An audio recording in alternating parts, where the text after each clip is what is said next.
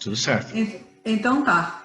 Bom, primeiramente sejam bem-vindos. Está todo mundo me escutando? Se tiver alguém que não esteja me escutando, manda aqui um recado no chat. Se vocês puderem ativar a câmera de vocês para que a gente possa se ver, né? A gente já está isolado, estamos longe, distantes, então todo e qualquer tipo de conexão eu acho que é importante e faz diferença nesse momento. Não só para que a gente assimile melhor o conteúdo, mas para que a gente se sinta melhor, né? Conduza de uma forma mais humanizada. Então, quem puder desconectar as câmeras, eu agradeço. Para quem não me conhece, meu nome é Kátia, eu sou sócia da rede de Espaço Teresa Zanck, que foi formatado pela Netplan Consultoria, né? Dirigida pelo Daniel, e eu também sou Master e mentora de empreendedores. Atualmente eu estou morando aqui nos Estados Unidos e, inclusive, eu estava em viagem quando o mundo se desestabilizou por completo, tive que tomar decisões rápidas, não só para antecipar o retorno, mas também para fechar todas as minhas operações no Brasil e mandar 100 pessoas para casa. Né? Foi uma situação séria, difícil, preocupante e que me fez questionar não só o aspecto lógico do que precisa ser feito, mas também o aspecto comportamental e humano de como deveria lidar com essa situação. E aí me veio essa pergunta, né? Quem eu preciso me tornar nesse momento como empreendedora, como líder, né? Como eu devo me capacitar, me fortalecer para que a gente possa passar por esse momento de uma maneira mais assertiva, colaborativa, né? E também humana. Eu vi muitos colegas e empresários nesse retorno para casa de transição, eu estou em vários grupos, né? Não só da BF, mas Acelera Varejo, tenho vários contatos, vi várias pessoas tomando decisões precipitadas. Eu entendo que o medo, né, ele acaba sendo tão sério quanto tudo que está acontecendo, e eu acho que essa união, ela nos fortalece e nos traz conteúdo e informação para que a gente possa se preparar e de uma forma mais assertiva. E motivada por isso, eu decidi convidar o Daniel, que é uma pessoa muito querida, que sempre me ajudou, para ter informação, não só para mim, mas para todos que precisam nesse momento, né? E eu acredito que existem três áreas na nossa vida, né, de forma comum, que estão sendo impactadas, que é o nosso profissional, o nosso financeiro e o nosso social, por estarmos isolados. E nada como a gente poder estar juntos, né, mesmo que num momento como esse, via Zoom, para poder trocar informações e falar sobre as melhores práticas para entender tudo o que está acontecendo. Então, no final desse encontro, o objetivo é entender o histórico dessa crise, né, causado pela pandemia, refletir sobre as consequências geradas por essa questão, não só do ponto de vista macroestratégico e da organização das empresas, mas também trazer sugestões e práticas para enfrentar esse problema. Não só no aspecto da empresa, mas como também individual, né? Bom, Daniel, eu gostaria que você respondesse algumas perguntas, né? Tem mais gente chegando aqui, deixa eu só liberar o pessoal. Pessoal, sejam bem-vindos. E que eu vou conduzir com ele para que todos tenhamos um entendimento claro do que estamos vivendo. E se alguém tiver alguma dúvida ou quiser fazer alguma pergunta, é só escrever no chat. Então, Daniel, se você puder falar um pouquinho sobre a origem, né, do que nós estamos vivendo, de como você vê todo esse cenário, o impacto não só para as empresas, mas para as redes de franquia, e também sobre essas práticas, né, das boas práticas, do que nós devemos adotar nesse momento, eu te agradeço e passo a palavra a você. Ok, bem pessoal, boa noite a todos, né? Para quem nos acompanha, tanto no Brasil, nos Estados Unidos, né, outros lugares do mundo que tem gente acompanhando essa nossa reunião, né? Então o objetivo é que nós resolvemos fazer essa mentoria justamente porque esse é um assunto muito grave, né? Um assunto que afeta o mundo inteiro, basicamente, e na origem o problema é um problema de saúde pública, né? Mas ele está afetando a economia mundial. Então, o que a gente vai falar hoje à noite, né? Vai ser sobre os aspectos macro e microeconômicos, sobre a origem econômica da questão, né? Até chegarmos no nível individual, né? Falando sobre, passando orientações voltadas para o bem-estar dos ouvintes, destacando as ações que franquias e negócios que operam em rede estão adotando hoje e destacando basicamente a importância de se estar vinculado à busca de conhecimento, gestão e solidariedade. Então, vamos focar em ideias e soluções práticas para enfrentar esse momento. Então, a ideia é começar a falar um pouquinho sobre o problema macro, né? Entrar em nível micro, nível das empresas, né? E nós vamos, numa segunda etapa, discutir com a Kátia, né? Que ela é uma coach. Então, vamos falar até em nível individual, né? Como é que as pessoas estão se adaptando para lidar com essa pandemia.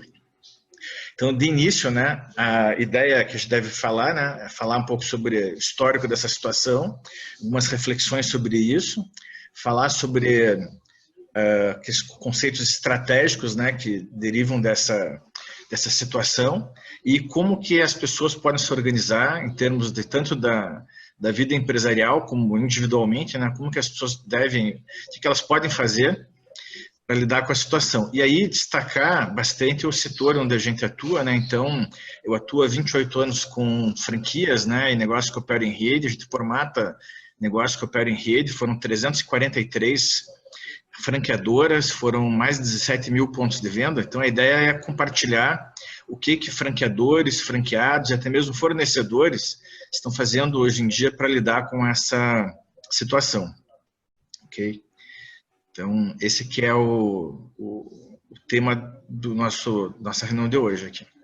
Então, eu começaria falando um pouquinho sobre a questão da origem, porque você veja que é um assunto, né, que ele surgiu, parece meio que de repente, né, porque o primeiro caso, né, da Covid-19, né, chamada de Covid-19, essa variação desse coronavírus, foi documentada na China no dia 31 de dezembro do ano passado, né?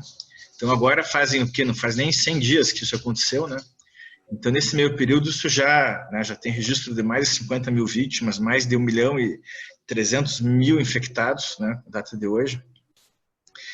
Então, o que acontece é que, no dia 1º de abril, né, o secretário-geral da ONU, Antônio Guterres, declarou que esse, né, seria o maior desafio da humanidade desde a Segunda Guerra Mundial, para vocês verem como é um assunto, na verdade, gravíssimo, né? E uma curiosidade é que, então, a gente participa de várias redes, né, acompanha várias pessoas, enfim, né? Nós temos uma rede que a gente acompanha há algum tempo, né, que é um grupo que é o Acelera Varejo, né? E tem o coordenador do Acelera Varejo no Paraná, que se chama Jean Chu. Ele é o franqueador da rede Los Paleteiros. E ele foi, acho que, a primeira pessoa que, quando a gente começou, ainda em janeiro, assim, ele chamou a atenção dele sobre esse assunto, né? Daí eu também identifiquei esse assunto, fui atrás, e a gente conseguiu antever, mas assim, com uma antecedência, começando agora em janeiro, né? Que isso estava para acontecer. Então, em função disso, a gente já tomou algumas medidas, né, desde então, para se proteger, né, para a gente, enfim, os negócios dos quais a gente que a gente acompanha mais de perto, né, tomar ações corretivas. Então, o que acontece é que o problema é um problema de saúde, é um problema mundial, né? Agora, do ponto de vista das empresas, né, ela começou a afetar as empresas de uma maneira muito mais forte, na medida que houve a determinação por parte do governo, não só do Brasil, mas dos Estados Unidos e todos os outros países, né, da paralisação das atividades empresariais. Quer dizer, quando se decretou a quarentena, né, os americanos chamam de lockdown, então, quando houve essa paralisação horizontal, né, ou seja, praticamente quase todo mundo, tirando algumas atividades essenciais, pararam de atuar, isso acabou gerando um problema econômico de enormes proporções, né? Quer dizer, isso vai acabar gerando, né, uma queda abrupta do PIB, né, vários países do mundo, e vai caracterizar o que os economistas chamam de uma depressão econômica. Então, eu sou economista, né, e mestrado em marketing e finanças, então eu vou analisar um pouco, começando por esse lado, né? Então, é um problema que não afetou uma outra empresa, afetou todo mundo, na verdade, né? Essa queda do PIB aconteceu, né? A previsão agora de ajuste da queda do PIB está acontecendo em todos os países do mundo. Talvez o país que está caindo menos é a China, porque ela já está agora procurando retomar. Então, a expectativa era crescimento do PIB da ordem de 6%. A última previsão fala de 1% positivo ainda, que bom que é positivo, né? Agora, dentre os países aí, né, o Brasil está entre os países que se espera que o PIB caia mais, né? E por quê? Porque numa visão estrangeira, se você pegar relatórios de bancos internacionais, enfim, entidades internacionais, o pessoal enxerga o Brasil como um país pouco organizado para poder lidar com essa situação. Do ponto de vista formal, né, é algo que não tem como não concordar, né? Mas o brasileiro é um povo assim que ele se adapta bem, independentemente se o governo, né, toma as medidas corretas ou não. Na hora do povo, ele tem jeito de se organizar. Porém, existe uma questão cultural, né, que é um problema, porque quando se fala, por exemplo, num país como a China, o paradigma do estilo de liderança na China, por exemplo, nos países asiáticos em geral, né, assim, então, o estilo ideal para eles de direção é um estilo autocrático, um estilo autoritário, né? Na sociedade ocidental, a gente prefere o estilo democrático. Então, assim, se alguém manda todo mundo ficar em casa lá na China, o pessoal fica mesmo, né? Agora, aqui no Brasil, e mesmo nos Estados Unidos também, as pessoas questionam isso. Por mais que seja algo que cientificamente está comprovado, que tem que ficar em casa para se proteger, enfim, né? Aumenta a tua proteção. As pessoas elas não acreditam facilmente nisso, porque como é um problema até invisível, né? Quer dizer, uma coisa está no ar, né? Então as pessoas elas questionam. Foi feito um levantamento agora semana passada, né? Até saiu essa notícia. Eles rastrearam mais de 50 milhões de celulares no Brasil, né? Uma amostra, portanto, grande, assim. Identificaram que 60% apenas das pessoas que tinham celulares, né, estavam paradas num lugar só. Os outros 40% estavam circulando, né? Então, isso, né, agora em março. Então, você veja, agora nós estamos, no caso do Brasil, por exemplo, a gente está agora num pico, né, entre o dia 5, né, que é hoje, inclusive o dia 20 de abril, é onde se espera que haja aquela aceleração do crescimento da pandemia. Então, como demora um tempo, né, até você, né, ter contato com o vírus e ter alguns efeitos, então as pessoas que acabaram ficando com poucos cuidados agora nas semanas anteriores têm uma tendência de se desenvolver agora, né? E o grande objetivo, portanto, do governo, né, de fazer essa quarentena é fazer com que haja aquele achatamento daquela famosa curva, né? Que é o que está todo mundo vendo aí, né, acompanhando. Tem até um desenho que eu passei aqui para a Kátia, né, que talvez ela possa compartilhar também aí para vocês esse desenho. É um gráfico que está escrito em holandês, o que eu tenho aqui, achei um holandês aqui, né, mas ele mostra exatamente o gráfico. Vendo, é o primeiro gráfico aqui, não sei se vocês estão conseguindo enxergar. Isso aí, exatamente. Então você veja, eu estou vendo agora. Então você veja, esse gráfico, que a história toda se baseia nesse gráfico, porque você veja, se você não fizesse nada, né, o número de pacientes afetados poderia chegar numa curva altíssima, né, exponencial, que é esse gráfico, essa curva em vermelho, né, que seria bem alto, enfim. E o objetivo, no ponto de vista da sociedade como um todo, é você achatar essa curva o máximo possível, espalhar os casos ao longo do tempo, até porque não existe infraestrutura hospitalar, nem no Brasil, nem em país algum do mundo, né? Não tem, né, uma estrutura preparada para um desafio em grandes proporções. Aí o que acontece? Por que a tendência seria de queda aqui, né? Porque depois que a pessoa tem contato, né, com o vírus, ela desenvolve, né, ao longo de 14 dias em média, que é o tempo, né, de passar o vírus, o momento mais grave é naquele segundo até o quarto dia, né? E tem gente que quer, né, tratar os pacientes mais graves com, né, alguns produtos que estão se identificando, remédios para malária, enfim, né, para tomar esses remédios, mas causando bons impactos. A dúvida é que tem gente falando que tem que estar o paciente muito grave, né, já praticamente no 8º, 9º dia tomar esses produtos, né, sendo que outras pessoas já dizem, já no 2º ou 4º dia já seria bom tomar esses produtos. Então, a dúvida técnica está nisso aí, né?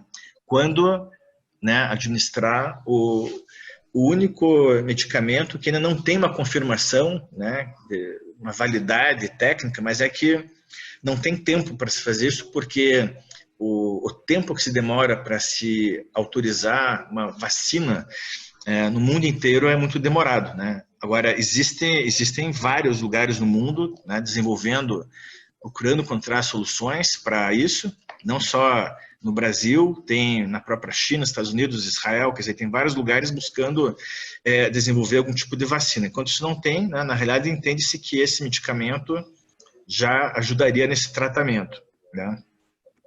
Tem gente que politiza isso, achando que, né, tem alguma questão política. Eu acho que só podem imaginar 1000 teorias, né? Mas eu acho que o problema maior é que mesmo que exista um medicamento, né, até fazer as pessoas até chegar aos hospitais, enfim, tem toda uma logística que torna difícil, né, enfim, chegar o produto adequado para as pessoas que precisam. Então, a Certified vai existir de uma forma ou de outra. Então, o que acontece é que como você está diante de uma pandemia, de uma coisa que é letal, né, e não tem exatamente um tratamento formal, é isso que está levando toda essa situação. Aí você vai ver que as pessoas dizendo assim, mas acontece que mata menos do que outras doenças, né? É verdade, se pegar hoje a quantidade de pessoas que faleceram dessa doença comparado com várias outras, é bem pouco. Então, né, muita gente fala assim, nossa, mas não é um exagero isso tudo, né? Então, há críticas nesse sentido. Então, a dúvida que tem hoje, na realidade, o ponto-chave, né, é o seguinte: existe hoje um lockdown, uma quarentena horizontal, né, e certamente na sequência dessa quarentena horizontal vai seguir uma quarentena vertical, né? Isso vai acontecer, ou seja, aos poucos vai chegar uma altura que as pessoas vão começar a liberar, né, as pessoas para sair com mais facilidade, enfim. A exceção, é claro, né, de idosos, pacientes com 2 ou mais comorbidades, enfim, são pacientes que têm que tomar um cuidado ainda maior, né? Mas o mercado, assim, ele não pode parar totalmente, porque se você fizer uma quarentena total por um longo período de tempo, isso vai quebrar todo mundo. Então, existe um trade-off aí, existe uma decisão estratégica nesse processo, que é por quanto tempo vai durar esse lockdown horizontal e quando que vai começar o vertical. O presidente do Brasil foi na televisão falando que tinha que ter logo esse lockdown vertical. Então, veja só, a ideia do que ele falou não está errada, né? Não é isso. A questão só, ele colocou na discussão, né, quando que isso vai acontecer, porque em algum momento vai ter que acontecer. Por outro lado, você veja, as pessoas elas não têm uma opinião, todo mundo a mesma opinião, porque, por exemplo, as pessoas que são funcionários públicos e que vão receber o salário delas, independente de estar trabalhando ou não, para elas, se puder ficar mais tempo, melhor ainda, né? Agora, para o trabalhador informal, para o autônomo, enfim, essas pessoas, elas vivem do seu trabalho. Então, para essas pessoas, se você deixar passar muito tempo, só morre de fome, né? Então, existe esse equilíbrio e essa que é a grande questão, a meu ver, né? A grande decisão, que existe uma determinação, enfim, política, né? Para mim, essa é a grande decisão, né? Agora, por exemplo, nesse meio tempo, né, o que acontece? Então, isso do ponto de vista macro, né? Do ponto de vista, né, ainda macro, trazendo para o micro, o que acontece? Então, grande problema da paralisação, por quê? Porque, né, o conceito econômico funciona com base na roda da economia, né? Então, a roda da economia ela tem que girar, né? Que é o quê? Né? As empresas fabricando produtos e vendendo para os clientes consumindo, pagam seu imposto, né? Então, você tem ali um ciclo que funciona, né, que roda. Essa definição, essa paralisação, foi uma coisa assim única, né? Então, você veja, além do problema de saúde criado pela pandemia, né, em decorrência da estratégia adotada, né, para minimizar as perdas, né? Então, quer dizer, nesse momento, tá, o argumento mais forte ele é e tem que ser, né, o argumento de saúde, não tem uma segunda opção. A questão só é o argumento econômico, ou seja, quanto tempo as pessoas aguentam, né, com as portas fechadas. Então, se veja, o que o governo está fazendo? Tá? O governo está liberando recursos, nos Estados Unidos uma fortuna, trilhões, né, de dólares. No Brasil já existe aqui uma definição de mais de 700 bilhões de reais, né, no mercado. Nós temos, inclusive, um arquivo que pode ser disponibilizado a quem pedir, né, detalhando o que é cada uma dessas ações, né, como que o governo está gastando esse dinheiro. Tá? Então, basicamente, o que acontece? Né? Então, agora vamos pensar, veja, então isso aí é a situação posta, tá? Isso é um problema macroeconômico, e quando a gente fala do ponto de vista da economia, problema macroeconômico, a gente chama isso de externalidade, ou seja, é um negócio que você não tem como você fazer alguma coisa a esse respeito. Talvez o governo possa tentar fazer alguma coisa, vai ter lá um advogado que querer processar o governo chinês, já teve advogado nos Estados Unidos, advogado no Brasil, já vi que queria entrar com processo, né, judicializar o negócio. Só que isso não vai resolver o problema, né? Então, o que acontece é que nem assim, taxa de juros, taxa de câmbio, inflação, você tem que se submeter a isso, como todo mundo se submete a isso. Então, nisso você como empresário, você não tem alcance com relação a isso. Você vem de fora, vem de alguma coisa que você não consegue controlar, né? Agora, do ponto de vista microeconômico, sim, né? Ou seja, do ponto de vista de uma empresa, tá? E é isso que é interessante, quer dizer, quando a pessoa é dona de uma empresa, ela tem controle de algumas coisas. Então, o que é o conceito-chave aqui? Quando você tem uma empresa, e quando você vai, inclusive, começar uma empresa, né? Quando você vai fazer, por exemplo, um projeto, você vai abrir uma empresa, vai querer pedir um financiamento junto a um banco, por exemplo, né? O banco pede para você fazer um plano de negócios, que você vai detalhar, né, os teus custos fixos, variáveis, projetar um faturamento, enfim. Então, daí você vai dizer, preciso de tanto de dinheiro, né? Eles vão te dar algum recurso para se investir em máquinas, equipamentos, móveis, utensílios, né? Enfim, marketing. E tem um campo ali, né, que é o campo de capital de giro. Então, se você pensar do ponto de vista bancário, quando você abre uma empresa, existe um critério bancário que é o seguinte: quando você monta uma empresa no Brasil, né, você deveria ter pelo menos 2 meses de custos fixos como capital de giro. Tá?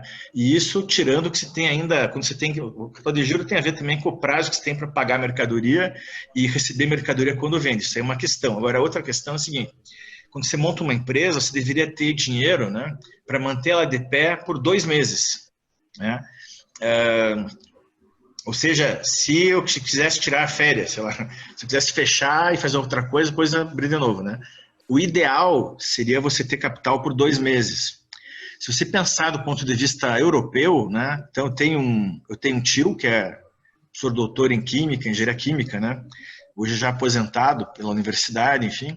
E ele era consultor. Quando eu tinha 20 anos de idade, ele já era consultor na área de qualidade, né? Nós fizemos uns trabalhos juntos na época. Ele me falou uma coisa na época que faz mais de 30 anos, né? Mas ele falou assim que o ideal seria a pessoa ter de 2 a 6 meses de capital, de reserva de capital, né, para cobrir determinados custos fixos, né? E ele seguiu esse conselho que ele aprendeu na Alemanha, né? Então hoje ele está aposentado, mora ali em Balneário Camboriú, tem seu apartamento, está com a vida tranquila, ganha sua aposentadoria, passa o dia na academia de ginástica, né? Agora, ele é a exceção da exceção, porque assim, as empresas no Brasil elas não têm tanto capital normalmente, né?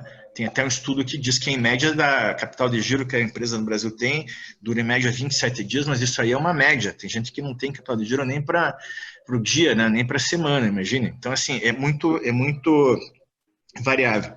Então, o que acontece é que a primeira coisa que você precisa ter numa empresa, né, é você ter essa apuração de custos fixos, saber quanto que é teu custo, né?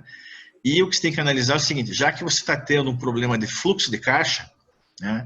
Só que é o seguinte, é um problema de fluxo de caixa que ele não é permanente, ele é temporário, tá? É temporário.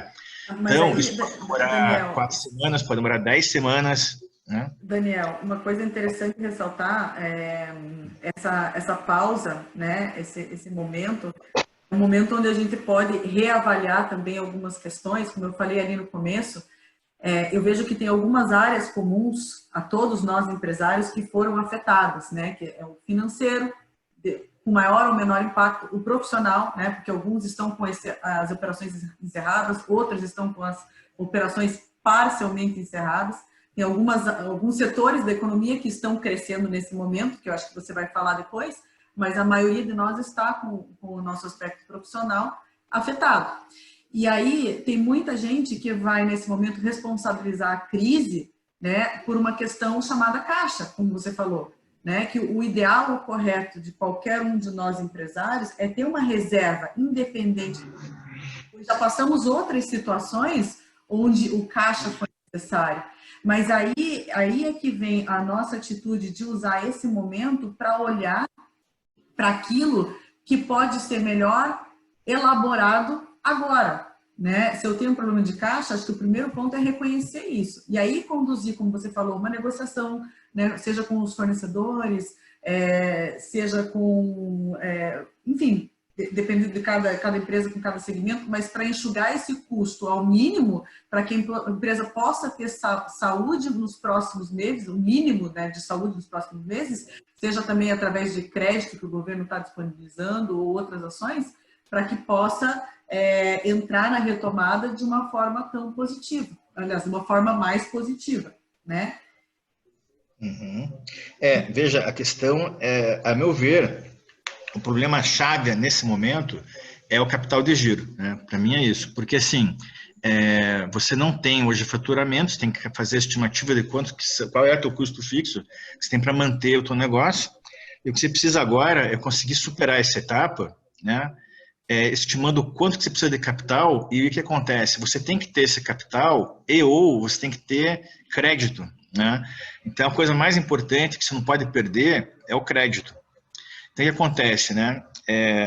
A minha empresa, né, nós somos parceiros de 11 instituições financeiras, são 5 bancos e 6 instituições financeiras, e eu andei verificando junto a essas instituições, aumentou muito, né, a demanda por informações e busca de crédito junto a essas instituições, e eu andei pesquisando. Então, tem gente que acha que tem que vender um imóvel, né, ou dar imóvel, dar ele de garantia, pegar um empréstimo de mais longo prazo.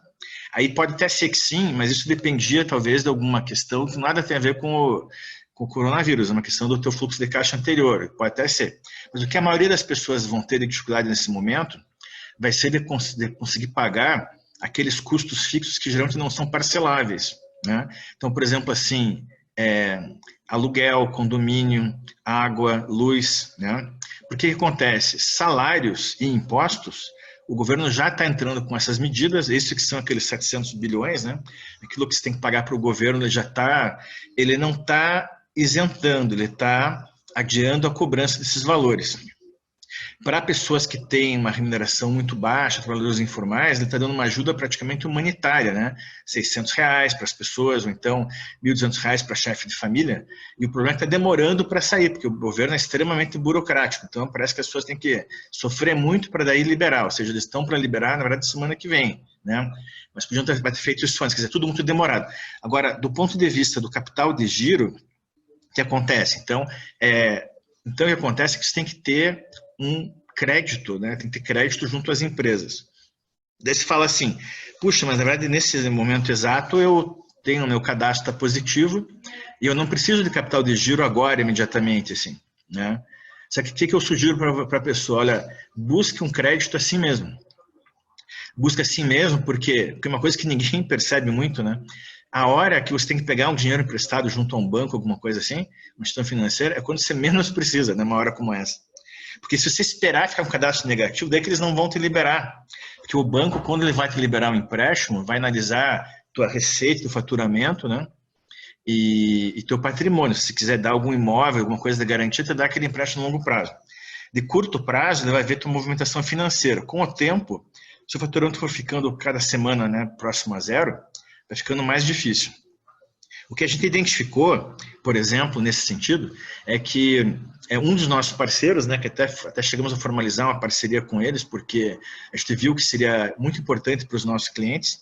Fechamos uma parceria com o grupo da Estônia, né? A Estônia tem uma empresa chamada Capta e ela tem um serviço chamado Parcele Já, que é o único que eu descobri que tem, assim, permite você parcelar custos fixos. Então, o que acontece? O que você não consegue parcelar? Não consigo parcelar o meu aluguel, por exemplo. O aluguel tem que pagar no dia tal, né? Mas se essa despesa ela for via boleto, né? Quer dizer, a condição é que tem que ser via boleto, né? Mas se tiver um boleto, é possível parcelar em até 12 vezes, né? Juros muito baixos, na faixa de 1 a 2% ao mês. Por que isso? Porque aí ele vai usar o teu limite do cartão de crédito. Você pode usar até 9 limites de cartão de crédito para pagar uma conta. Você vai dizer assim, puxa, mas eu não sei se tem um limite tão grande e tal, né? Pois é, o que acontece? É mais fácil você pedir para aumentar o teu limite de cartão de crédito que pedir qualquer empréstimo em qualquer banco, porque isso é mais fácil, né? Então, o que acontece é que em vez de eu pagar meu aluguel de R$ 5.000 nesse dia agora, dia 10, se eu pagar, digamos, R$ 6.000, né, para dar um número redondo, em vez de eu pagar R$ 6.000 de aluguel, eu pagar R$ 500, né, vezes 12, com um pouquinho mais de juros, pô, eu já estou deixando de gastar, vezes 6.000, gasto 500, quer dizer, economizei 5.500. Essa economia vai me gerar, né, um recurso para eu gastar em outra coisa, né? Então, o que acontece? Quanto mais você conseguir espalhar o teu custo fixo ao longo do tempo, sobretudo nos próximos 2 meses, talvez um pouco mais, porque vai ter também um tempo de retomada, né, no mercado, que vai ser mais rápido ou menos rápido, depende daí do ramo da atividade. Mas o grande problema agora é o capital de giro. Se você conseguir, né, um crédito nesse sentido e conseguir parcelar custos fixos, né, você vai ter um colchão para você passar de maneira suave, né, aquele smooth, né, aquele caminho suave, por um momento mais difícil. Então, o que a gente está recomendando hoje para as pessoas, né, nesse sentido, é não só essa fonte que nós identificamos, né, como também outras. O bom é que, como a gente já é consultor de bancos, né, nós criamos linhas de crédito para vários bancos. A linha de crédito do Banco do Nordeste, por exemplo, que é a mais barata do Brasil, foi a gente que desenvolveu, ganhamos uma licitação no BNB, né, e já há 11 anos tem essa linha, então juros de 4% ao ano sem TJLP, é praticamente juros zero, né? Essa linha existe há uns anos, só que você vai dizer, mas é difícil conseguir ela. É difícil, mas tem jeito de conseguir, só que às vezes você não tem informação. Então, você tem que buscar a informação de como ter acesso a essas linhas de crédito. Daí você vai falar assim, mas os caras foram na televisão, BNDES, anunciar um monte de recursos. Mas é que está demorando para chegar até os bancos. Quando chegar nos bancos, tudo bem. O problema todo é que se demorar demais, você morre até lá, né? Então, você tem que conseguir ter fontes imediatas, né, mais facilmente acessíveis, até na sequência ter acesso a outras fontes, por exemplo, recursos do BNDES, que são repassados por meio dos bancos privados e até mesmo pelas operadoras de cartão de crédito, que é o caminho que a gente identificou como sendo um bom caminho nesse momento. Tá? Então, isso com relação ao primeiro ponto fundamental que eu diria. Então, assim, primeira questão, então, primeira orientação, identificar teus custos fixos. Outra, buscar esses recursos. A essa taxa de 1, 2% está excelente. Se achar alguma coisa nessa faixa, está ótimo. No caso do Brasil, estou referindo. Tá? Agora, outra coisa. Com relação à mão de obra, isso está sendo bem tratado. Nós temos aqui detalhadamente todas as orientações, todas as medidas, né, que foram tomadas pelo governo do Brasil. Então, aqui eu tenho, por exemplo, uma lista aqui de ações que o governo do Brasil tomou, né, nesse aspecto. Então, nós temos, assim, por exemplo, aqui, várias medidas provisórias, né, 938 de 2020, Ministério da Economia, a redução de 50% das contribuições do Sistema S, medida provisória 932, quer dizer, tem aqui um quadrinho assim com tudo isso detalhado aqui. Linhas de crédito do Banco do Brasil, né? Então, o Banco do Brasil é uma das instituições que sempre financiou negócios em geral, sempre financiou também franquias. Então, lembrando, né, que no meu caso específico do foco que eu, na área de franquias, negócios em rede, o primeiro banco que financiou franquia no Brasil foi o Banco do Brasil, justamente em 2003. Depois foi a Caixa Econômica, logo em seguida. Financiamentos por 5 anos, com 6 meses a um ano de carência. Recursos do FAT, Fundo de Amparo ao Trabalhador. Linha do PROGER, Programa de Geração de Emprego e Renda. Essa linha é uma linha interessante, só que tem um porém, é porque eles não te financiam 100% do capital, te financiam no máximo 70%. você tem que ter nota fiscal de tudo que você gastar, né? Então, assim, é por um propósito específico que a gente fala, mas é o que tinha, foi os primeiros bancos no Brasil que passaram a financiar franquias, inclusive reconhecendo que é um negócio que tem risco menor do que outros negócios, foram o Banco do Brasil Caixa Econômica. Em 2009 começou o Bradesco, nós fizemos o primeiro projeto para eles na região sul, financiamos uma operação em Camboriú, né, de uma rede de alimentação, a UAU Lanches na época, e aí depois veio o Santander, né, depois teve outros bancos que cada um focou de forma diferente para algumas empresas só. Hoje em dia tem linhas também, mas são mais restritas, né, tem... Itaú tem linhas também, mas são mais específicas. Bom, e aí o que acontece é que tem uma outra linha de instituições financeiras e elas financiam não só capital de giro, mas também financiam investimentos de longo prazo, né? Então, assim, se for de longo prazo, eles pedem uma garantia hipotecária, né, um imóvel, ou também tem de capital de giro. Então, quais são os principais, né? Você tem a BV Financeira, que é do Banco Votorantim, são recursos originários do Banco do Brasil. Nós somos correspondentes bancários da BV Financeira, atuamos com eles. Tem a BCred, que é ligado ao Grupo Barigui Crédito, as duas instituições financiam. E aí depende muito do local, porque existem várias empresas que fazem isso, e a gente trabalha com várias, porque nem todas oferecem as mesmas condições nas mesmas circunstâncias. Tem instituições que não financiam, mas que outras financiariam, depende de variáveis, tipo de imóvel, que lugar do Brasil está. Tem ainda a CashMe, que é uma outra empresa que faz isso, né, que a gente também trabalha. Tem o Banco Inter, que a gente está fazendo, conseguimos agora para um cliente semana passada, ele tinha um imóvel avaliado R$1.200.000, a gente levantou para ele R$500.000 pelo Banco Inter, né, com 6 meses de carência. Então, essas linhas de crédito estão disponíveis, é só que as pessoas às vezes elas não sabem que elas existem, né? Então, e tem essa linha agora do Parcelejá da Capta, que é do grupo da Estônia. Então, essas linhas de crédito são interessantes. Então, são interessantes para você complementar, né, o acesso às outras fontes de recursos que vão vir por aí, tá certo? Quem quiser saber mais sobre aqueles, então, 700 bilhões, né, de recursos liberados pelo governo, tem aqui uma tabelinha que eu posso compartilhar para quem não teve acesso ainda, inclusive. A gente disponibiliza.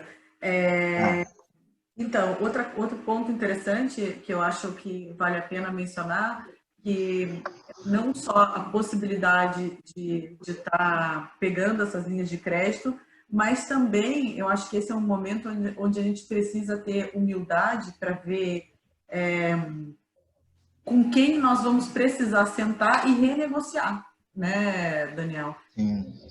Diminuir custo, ver como é que vai ser, né? Nós, principalmente aí, é um assunto meio polêmico, que eu acho que não vale a pena entrar nesse momento, mas um exemplo que eu trago é a questão dos shoppings, né? Eu sou lojista também, então talvez alguns contratos tenham que ser revisados, e eu acho que o momento agora é de ser humilde e conversar, tentar uma negociação individual, né, para viabilizar a operação.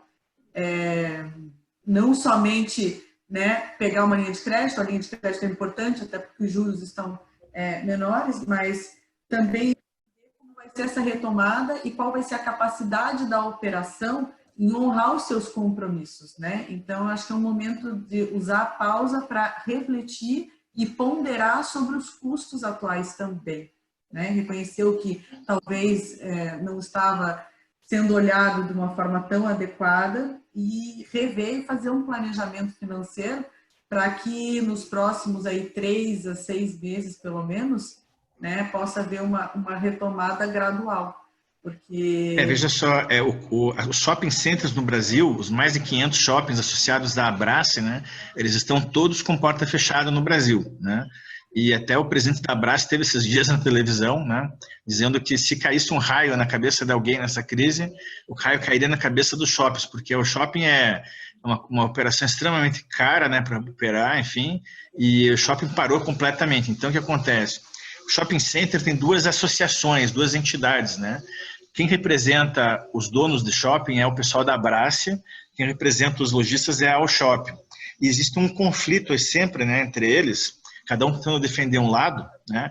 E é importante que haja, né, um equilíbrio nisso, sem que haja necessariamente um super vencedor, lembrando que, historicamente, quem sempre vence é a Abrace, né? Por quê? Porque os contratos de shopping são muito leoninos. Eles já são feitos dessa maneira. Então, quando você vai operar num shopping center no Brasil, é algo assim sempre muito complicado, porque o shopping ele sempre se defende muito, né? Então, se você disser, não, o shopping vai ajudar, não sei o quê, se você não fizer nada, o shopping ele não vai te ajudar, né? Ele só vai te ajudar se você entrar com um advogado, né? E a outra opção que está acontecendo agora é que isso que você falou está correto, Kátia, mas assim, negociações individuais, mas também, ao mesmo tempo, está havendo hoje uma negociação em grupo. Então, Sim, o grupo vai negociar grandes básicas. Então, o shopping vai dar isenção, por quanto tempo e tal. Mas aí você pode colocar de maneira individual, sim, em função das características específicas de cada operação. Mas se o shopping disser, olha, eu não vou dar desconto para ninguém, vai ficar mais difícil. Se ele disser que ele vai dar um desconto, porque veja só, enquanto a operação está parada, todo lojista não quer pagar aluguel, né? E aí tudo bem. O problema é que do ponto de vista do shopping, também ele não pode abrir mão de tudo, porque senão ele também não tem dinheiro para manter o shopping funcionando, né? As duas instituições deveriam ser fortes. Na prática, o que acontece é que o shopping, historicamente no Brasil, foi muito forte, e a parte frágil da negociação, que é o lojista, ele sempre teve uma dificuldade nisso aí, tá? Isso aí eu já dei conversando até com o presidente da Shopping, né? O senhor Nabil, eu conheci ele 11 anos atrás, numa convenção que teve da BF, inclusive a gente participou junto, assim, e chegou um dia que eu virei para ele e falei um negócio que ele ficou com uma cara de surpreso, né? E aí até ele depois concordou comigo, depois de um tempo. Eu falei para ele assim que o maior problema quando você está num shopping center não é franqueador, não é franqueado, não é o dono do shopping e também não é o financiamento bancário. O maior problema é o corretor de shopping. Mas assim, como assim? De que sentido, né? É porque, olha só, o corretor de shopping, ele é o único que ganha com a tragédia do outro. Ou seja, se o teu negócio que você montar no shopping não for bem, vai ser a única pessoa que vai ganhar 2 vezes, porque ela vai ganhar comissão 2 vezes, né? Isso quer dizer o quê? Que o corretor, ele quer vender para alguém que tenha basicamente um bom fiador. Ele não está muito interessado em saber se a operação é boa ou não, porque isso aí é um risco que é o lojista que assume, né? Então, o que acontece para ele, se der errado, né, que importa que tenha fiador e que ele cobra 2 vezes. Isso não é o interesse do dono do shopping. O shopping quer que o shopping dele funcione. Mas como a remuneração do corretor de shopping é proporcional cada vez que ele vende uma loja, então ele não está tão preocupado assim. Então, ao meu ver, existe um erro estrutural no modelo de negócios. Eu sugeriria que a remuneração do corretor do shopping fosse diferente. Gostaria que, se um lojista ficasse por 5 anos e renovasse, eu, se fosse dono de um shopping, eu daria um prêmio para o meu corretor. Porque ele pegou e encontrou um cara bom, escolheu bem a operação, tá? A operação deu certo no ponto que foi escolhido. Esse cara devia ganhar alguma coisa, né? Na prática, ele não ganha, ele só ganha se o cara quebrar e tiver que vender de novo ponto. Então, isso aí é uma falha, no meu ver, do modelo, né? E deveria ser corrigida. Sim. E outra, e se você está querendo operar agora no shopping, o shopping, se você quiser trabalhar com, né, só para fazer, por exemplo, delivery, to go, né, e-commerce, muita gente está tentando fazer isso, né? Então, por exemplo, operações na área de alimentação, farmácia, né, não pararam totalmente, né? Então, estão fazendo delivery. Quais os setores que você acha que vão ser mais afetados, né, assim, positiva e negativamente no curto prazo, Daniel? Então, aí você podia mostrar aquela outra imagem, né, que eu separei aqui para você mostrar aí, né? Seria o seguinte, isso aqui é um estudo que foi feito geral, né, não é nem no Brasil, isso aqui é internacional, falando sobre setores de atividade, destacando, né, os setores que teriam, só deixa eu ver aqui se está, aí, ó, aí a imagem, né? Então, assim, aí você tem uma ideia de alguns setores, né, com algumas observações, tá? Então, por exemplo, aqui, ó, qual é o setor hoje que, em função da crise, tem mais risco de ter problema assim, no curtíssimo prazo? Vamos dizer no curtíssimo prazo, não médio prazo. Por exemplo, turismo e lazer é o que estaria hoje mais sofrendo, porque ninguém vai querer fazer turismo nessa hora, né? Então, o que acontece? Você pega uma CVC, né? A CVC está fazendo propaganda assim, ó, fica em casa, né? Então ela tá fazendo propaganda, parece que é o não viaje agora, viaje depois, né? Que agora é na hora de viajar. Então, assim, quem trabalha com turismo e lazer tá sofrendo mais. Na rama de companhias aéreas, né, você veja que estão sofrendo. Eu tenho um sobrinho meu que ele é piloto da Gol, né, comentou que de 500 voos caiu para 60, agora caiu para 50 voos, né, da companhia, está parando tal, né, reduzindo demais. Por outro lado, esse é um setor que conta com o apoio do governo. O governo logo já falou assim que uma das primeiras empresas que eu vou ajudar aqui são as companhias aéreas, né? Então ela vai ter um problema, né? Inclusive as ações da companhia aérea, ações da Gol, esses dias caiu para R$5, mas logo subiu para 10, né? Se você tivesse comprado com 5, você ganharia, em uma semana você teria dobrado o teu capital se você tivesse comprado ações da Gol agora há pouco tempo atrás. Então você vê, está tendo um zigue-zague nisso. Muita perda, né? Mas com o apoio do governo, né? A tendência é que isso aí se recupere. Comprar automóveis, bens de consumo duráveis. Então, assim, as pessoas hoje em dia elas estão querendo postergar isso, né? Então, assim, tudo que você puder comprar um pouco depois, né? Você tem a tendência de a curto prazo ter problemas, depois aí você já recupera, né? Construção, né? Setor da manufatura, itens não essenciais, né? Produtos financeiros. Por exemplo, você tem hoje fundos de investimento que estão deixando de distribuir dividendos nesse momento, porque eles não estão fazendo isso nesse momento. Outra coisa, o mercado financeiro, maior zigue-zague, né? Bolsa de Valores do Brasil chegou a 130 mil pontos, caiu para 70, né? Assim, em pouco espaço de tempo. Tudo isso pela insegurança de mercado. Setor da educação, você veja, já começa a ficar um pouquinho mais amarelinho aqui o desenho, né? Que ele vai estar sendo afetado naturalmente, né? Só que as soluções em EAD estão dando para quebrar um galho. Ou seja, né, os meus filhos estão sem poder assistir, ir na faculdade, colégio, só que eles estão continuando com aulas online. Então, está dando para já fazer alguma coisa. Né? Como? Os meus também. Exatamente. Então, estão em casa aí, né? Então, em casa, inclusive a pequena, que está no pre-K, que é jardim de infância, teve a primeira aula via Zoom na semana passada. Olha aí, nessa idade já começa a mexer nos aplicativos aí, né? Você vê que... e uma outra coisa que eu não falei, o próprio Zoom que a gente está usando agora, né? Isso é uma notícia essa semana, que o valor da empresa dobrou de 4 para 8 bilhões de dólares, agora só nesses últimos dias também, porque aumentou demais a demanda por esse tipo de aplicativo. Então, assim, alguém está ganhando alguma coisa, né? Que é quem consegue atender pessoas quando estão em casa, basicamente, né? Agora, olha só, gás e petróleo, né, tá tendo um efeito também já intermediário, porque teve agora uma variação pesada, né, no preço do barril de petróleo, em função da crise, né, então teve uma disputa aí entre Arábia Saudita e Rússia, né, baixaram o preço do barril na faixa de 20 e poucos dólares do barril, quer dizer, abaixou demais o preço, né, e agora eles estão conseguindo se acertar para aumentar um pouquinho mais, né. Isso, por exemplo, impede a Petrobras de fazer exploração de petróleo em águas profundas, porque o petróleo teria que estar muito mais caro, né? A faixa de pelo menos uns 70, 80 dólares para justificar explorar esse petróleo. Então, Petrobras hoje está parada nisso, né? Caiu o preço do petróleo. No Brasil, complicado, porque não abaixa automaticamente o preço. Então, o petróleo tem aí um efeito um pouco dúbio nisso aí. A agricultura, você veja, a agricultura é interessante, né? A agricultura está lá, né?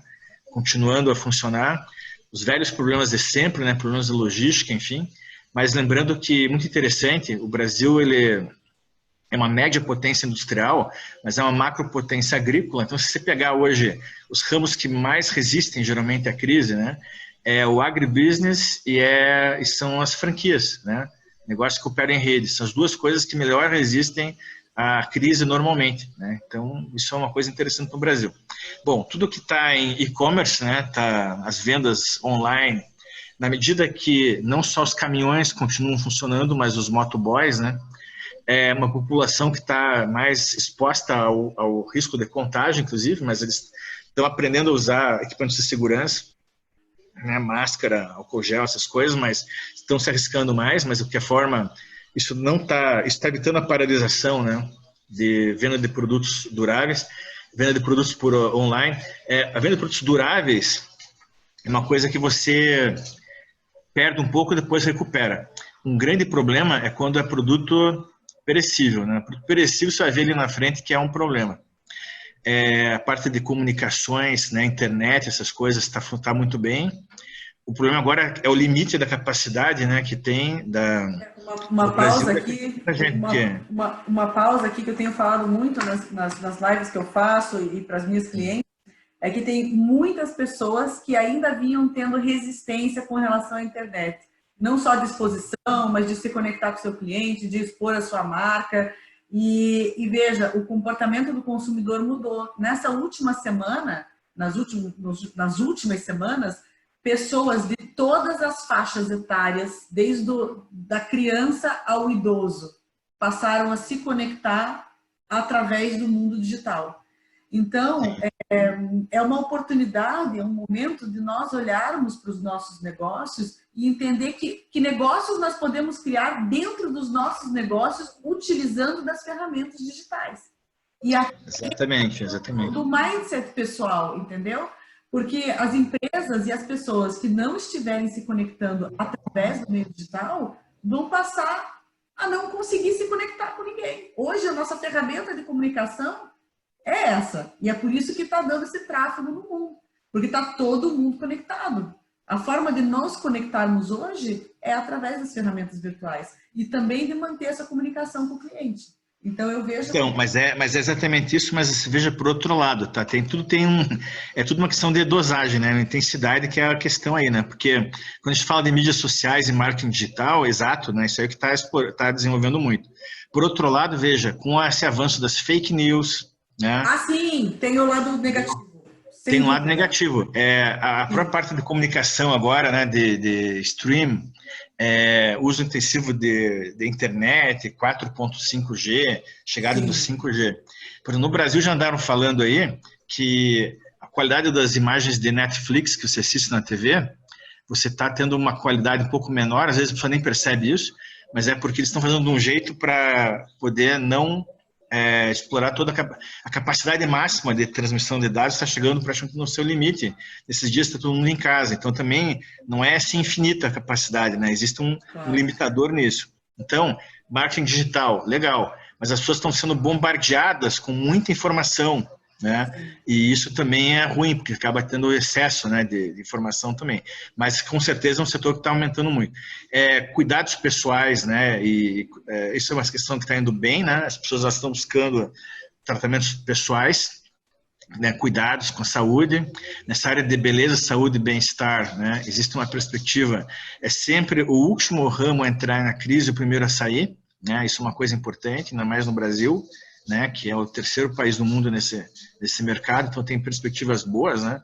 Até mesmo o setor, né, da CAT, né, Teresa Zanck, por exemplo, é um setor que tem aí boas perspectivas de recuperação, inclusive a questão de você estar podendo fazer algumas coisas online, né, cursos, capacitação, relaxamento, porque agora a questão é que as pessoas estão ficando muito estressadas, né? Então tudo que você puder fazer...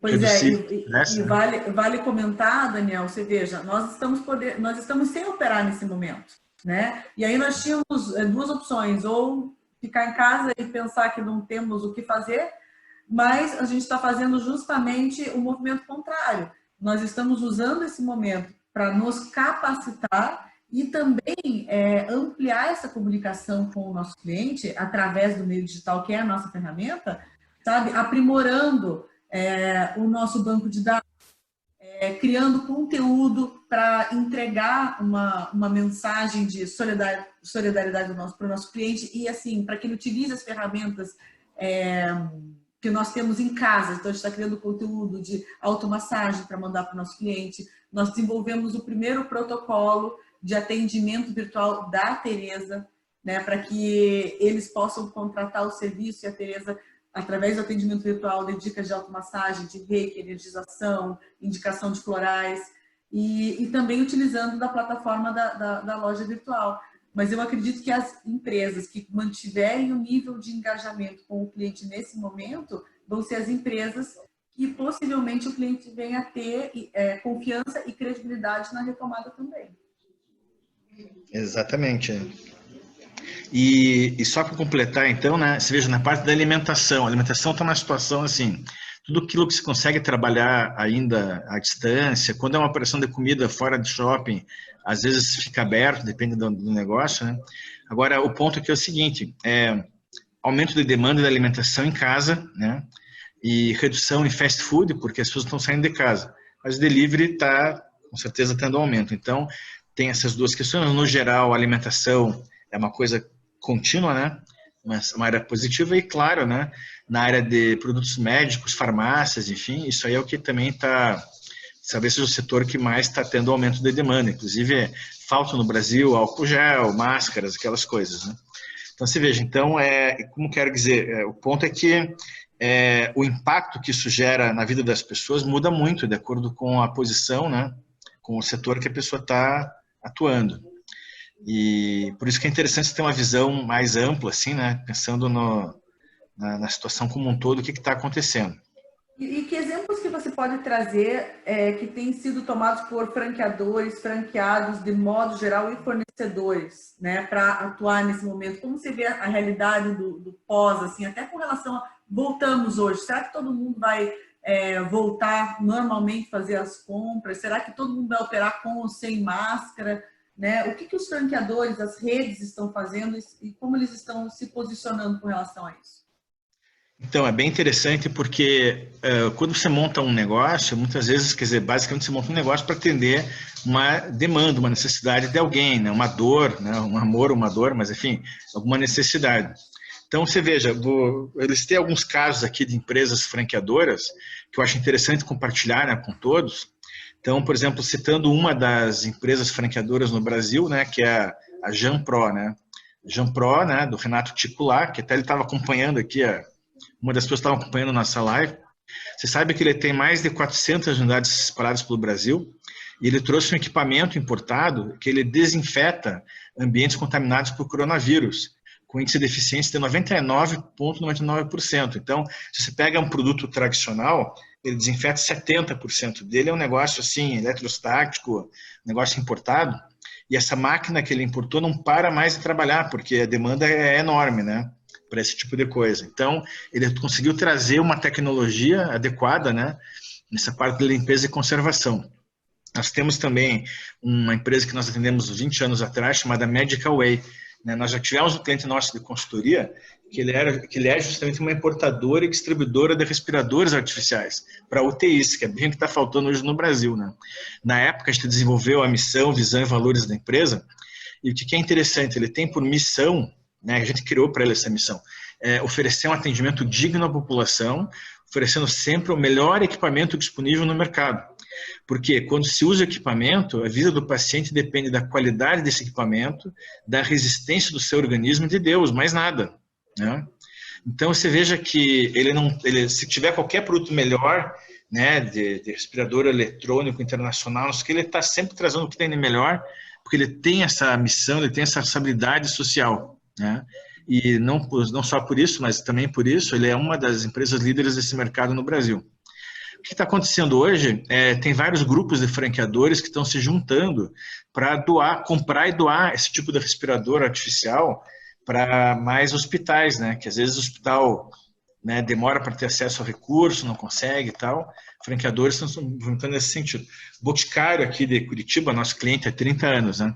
Ele doou toneladas de álcool gel à Secretaria Municipal de Saúde aqui em Curitiba. Outra coisa, o McDonald's, por exemplo, está distribuindo lanches e álcool gel a caminhoneiros. O caminhoneiro passa, né, ele para numa blitz policial, acho que vai ser multado, pelo contrário, ele ganha um lanche, né? O McDonald's está dando isso, está divulgando, né? Outro, nós temos como cliente também a Home Angels, que é cuidadores de pessoas, que eles vão na casa das pessoas e cuidam de pacientes idosos, convalescentes. A maior empresa da América Latina, são 25 mil pessoas atendidas, né, a qualquer momento. E eles estão tendo uma demanda aumentada, né, de home care, porque com os hospitais lotados vai haver aumento de demanda de pessoas que vão querer continuar o tratamento em casa, né, sobretudo depois do 10º dia de contaminação, porque você tem que ficar no hospital por 10 dias, mas depois você pode continuar em casa. Então, essas cuidadoras assim, estão sendo mais chamadas nessas situações. a questão de uso da reserva de capital ou busca de capital de giro para parcelar custos fixos, daí como exemplo, esses vários bancos que eu citei há pouco, né, Parcelejada Capta, né, e outra coisa, por exemplo, nós temos o Dr. Nelson Alves Pereira Júnior, que é, né, ele trabalha com neurometria. Então, o que acontece, né? Ele tem um trabalho muito avançado, várias premiações internacionais, né? E ele consegue trabalhar com a otimização da saúde, capacidade mental e concentração, né? O que é muito abalado em momentos de crise. Então, assim, o que você tem que fazer é esse autocontrole, né? Você usar da melhor maneira o teu cérebro, né, para superar esse tipo de circunstância. É algo que ele é objeto de estudo dele há muitos anos, né? E ele está trabalhando muito nessa parte de neurometria, neurociência, né? É um dos pontos importantes do trabalho que ele tem desenvolvido. Outra, né? Nós temos um primo meu, né? Que é o Joseph Rubin. Ele é um dos sócios da Escola Conquer. Pra você ter uma ideia, a Escola Conquer, ela ofereceu gratuitamente um curso de inteligência emocional que custaria normalmente R$ 1.960, quase R$ 2.000. Eu já tenho o número atualizado aqui. Em 2 dias, ele obteve 120 mil inscritos. Né? Que beleza. Ele fez uma divulgação de um curso, ele passou a ceder por tempo indeterminado esse tema, de tão importante que é, né? A inteligência emocional, que é um tema que a gente vai na sequência aqui da nossa live aprofundar um pouco mais com a Kátia, né? Mas você vê a demanda, né, que tem. Então, e outra coisa, né, o próprio trabalho da Kátia, né, desenvolvendo essas mentorias, né, para pequenos empresários, enfim. Então, esse tipo de ação, né, são muito valiosas, são muito importantes nesse momento. É importante que as pessoas elas se sintam partes de grupos, né? Inclusive como forma solidária, eu e um outro time de especialistas, de colegas, nós estamos com uma mentoria em andamento gratuita online para pequenos empresários. Então, quem tiver interesse, eu até vou colocar aqui o meu IG, Kátia Master Coach, é só me seguir no Instagram e no link da bio tem informações sobre essa mentoria, caso alguém conheça, alguém que queira encaminhar ou eu participar. Sim. Então, esses são alguns exemplos, né, de ações que as franqueadoras estão adotando, tem acho que bem mais, inclusive, né? Mas é importante destacar que as pessoas elas não estão paradas, né? Por quê? Porque só lembrando, né, que eu acho muito importante é o seguinte: para lidar com essa situação, você tem que ter conhecimento, né? Informações que geram conhecimento. Você tem que atuar de gestão desse processo. Você tem que ter solidariedade, porque veja, se você pensar que você não está sozinho no mundo, né? Aquela visão muito, né, de só umbigo, né? Aquela coisa, não, nós fazemos parte de um grupo de pessoas, cada uma está passando por uma dificuldade específica, só que a dificuldade de uma pessoa pode ser a solução que a outra tenha. Então, essa coisa de fomentar a troca de experiências, que se faz normalmente numa rede de franquia entre os seus franqueados, né? Isso é muito comum, é o dia a dia, né? O que é legal, você faz isso entre empresas diferentes. A gente chama isso de sinergias entre organizações, né? Que é uma coisa que eu mesmo, particularmente, faço muito. Eu procuro aproximar clientes meus, muitas vezes, que têm conhecimentos complementares, né? E acabam apoiando uns aos outros. Então, e eu acho que isso é muito importante, Daniel, porque eu posso dizer, como empresária, que assim, quando a nossa empresa começa a crescer um pouco, né? Quando você deixa de ser o pequeno para o médio e assim por diante, eu acho que esse sentimento de solidão do poder, né? Entre aspas, ele é muito comum, porque de repente você se vê no topo da sua empresa, onde você tem que tomar decisões, ações, e muitas dessas, né, são aprendidas na escola da vida, né? Quantas vezes o empreendedor ele erra, perde, até que ele tenha a possibilidade de acertar e encontrar o caminho. Isso mesmo com planejamento, mesmo com estudos, mesmo com consultoria e tudo mais. Então, essa troca de experiência eu acho muito, muito positiva, né? Nós termos mentores entre nós, né, como empresários, lojistas e tudo mais.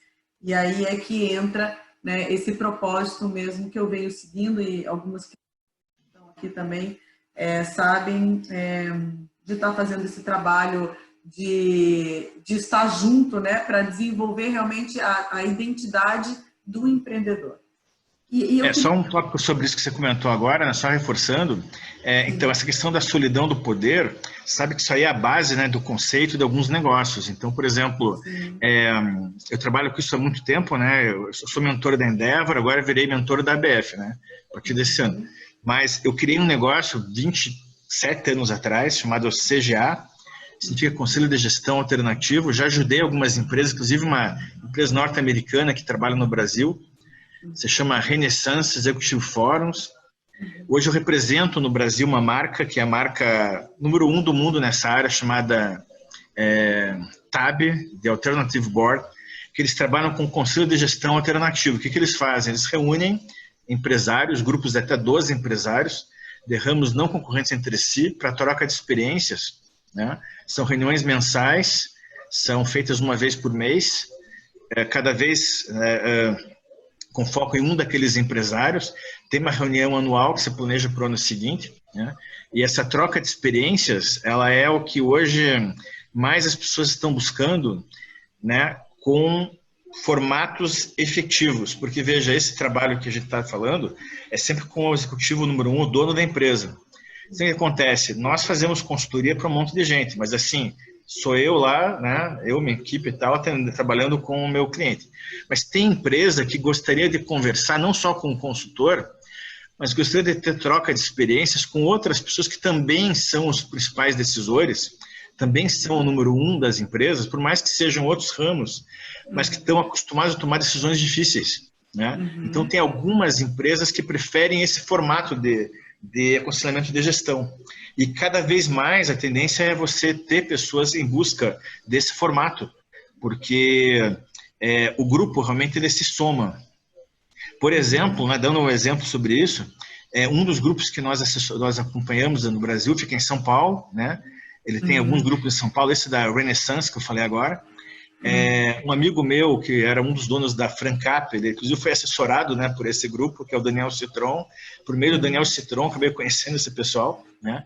Inclusive, ajudei eles a montar um grupo em Curitiba. Já tem um grupo em Curitiba, né, dessa instituição.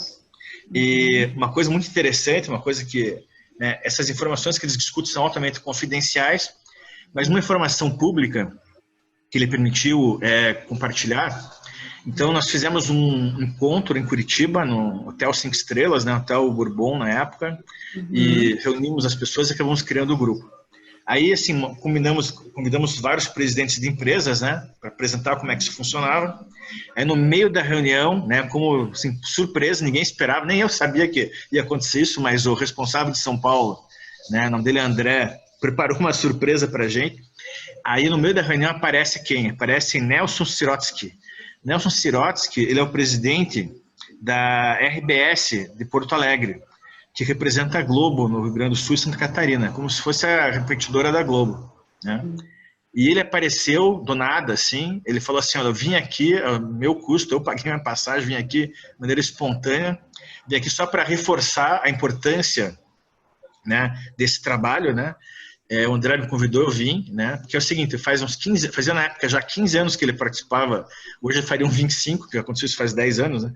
Mas ele veio para contar um negócio interessante. Ele falou o seguinte, olha, aconteceu comigo uma situação incrível, né? Que foi o seguinte, uma vez apareceu um consultor, né, no grupo lá da RBS, que queria identificar quem teria perfil para ser herdeiro ou sucessor do grande empreendedor que montou esse negócio, né? Daí analisaram o perfil de todo mundo ali na empresa e aí chegaram para ele e falaram assim, você é que tem o perfil mais adequado para ser o sucessor. Era o tio dele que era o dono do negócio, né? E daí ele falou assim, mas eu tenho 17, 18 anos, eu gosto aqui de surfar, né? Eu não tenho nem cabeça, nem o que é isso, né? Para mim é uma surpresa total isso, né? Não, mas você é o cara, nós vamos preparar você, né, para ser o grande sucessor, né? Aí ele estava começando a ser preparado para isso. Ele estava lá uns 2, 3 anos sendo assessorado, né? E aí o que aconteceu foi que, né, passou 2, 3 anos, faleceu o tio dele. E faleceu, assim, trabalhando num grupo de várias pessoas. Ele estava presente no dia, o cara teve ataque cardíaco, morreu, né? Foi o maior choque da vida dele, assim, foi um negócio, mudou a vida dele. Então, a partir de agora, você vai ser o presidente. Eu tenho 20 anos aqui, né? Não consigo. Como é que eu vou fazer? Ele começou a ser acompanhado desse grupo que eu estou me referindo agora, esse grupo que tem sede em São Paulo. E esse grupo foi assim de fundamental importância para ele.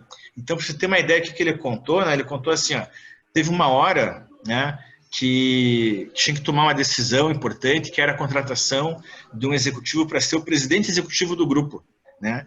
E era uma decisão que ele não podia errar. Não podia errar porque essa decisão determinaria o futuro do negócio. Ele ficou assim, mas será que eu contrato ele e tal? O que acontece? Ele tinha assim, ele estava a contratar um cara muito famoso, que é o Pedro Parente.